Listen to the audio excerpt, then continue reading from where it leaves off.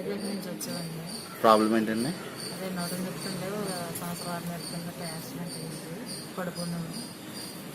అది నడుము ఇబ్బంది, చాలా ఇబ్బంది పెట్టి ఫ్రాక్చర్ అయింది. ఇలా వారం రోజులు ట్రీట్మెంట్ చేసి చాలా క్లియర్ అయిందని బాగున్నారు. ఇప్పుడు కూర్చోలో కూడా చాలా బాగుంటుంది. మోకాళ్ళ నొప్పులు ఉంది, నడుము కూడా తగ్గింది. ఈ మెడ కూడా బాగా చాలా నొప్పి వచ్చింది, అది కూడా తగ్గింది. చెయ్యి ఒకటి ఈ తెరల పైన అది క్లియర్ అయింది, అది బాగుంది. ప్రస్తుతానికి బాగుంది.